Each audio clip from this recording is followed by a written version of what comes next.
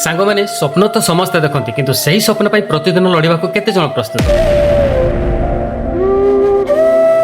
मु जानी मत केते समय लगे किंतु एथर मु मझे रही। नमस्कार दर्शक बंधु, मु प्रमोद। आज हूँ मो 180 डेज चैलेंज रो डे 2।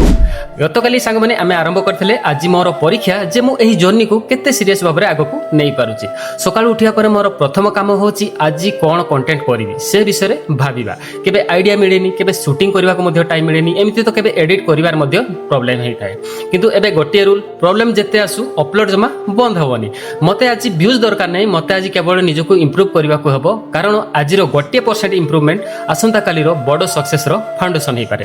लोके जदी हसुचंती हसंतु, लोके जदी कहंती तो द्वारा किछि हबनी कहंतु। मु काहा को प्रूव करिया पई नुहे, मो निजर स्वप्न को प्रूव करिया पई चालुछि।